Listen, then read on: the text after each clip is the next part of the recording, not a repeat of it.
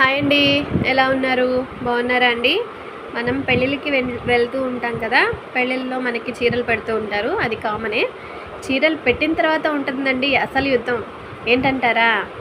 మనకు పెట్టిన చీరల కంటే పక్కన వాళ్ళకి పెట్టిన చీరల మీద చాలా ఇంట్రెస్ట్ ఎక్కువ ఉంటుంది కదా. అవునా కాదా? నిజం చెప్పాలి, నాకు కూడా అంతే.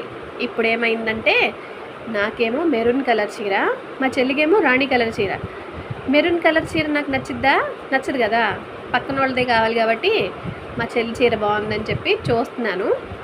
కానీ పర్లేదు, నా చీర కట్టుకుంటే నాకు ఇంకా బాగుంటుంది. చూడ్డానికైతే మా చెల్లి చీర చాలా బాగుంది. ఓకే, అడ్జస్ట్ అయిపోదాం. కానీ మీరు కూడా అంతేనా? మీకు కూడా చీరలు పెడితే ఇలాగే ఉంటుందా? కొంతమందికి అయితే యుద్ధాలు కూడా అయిపోతాయి కదా. అవునా కాదా? రండి, కామెంట్ బాక్స్లో మాట్లాడుకుందాం. ఇంతకీ ఏం చేస్తున్నారు? నచ్చితే లైక్ చేయండి, షేర్ చేయండి, సబ్స్క్రైబ్ చేయడం మాత్రం మర్చిపోకండి అండోయ్.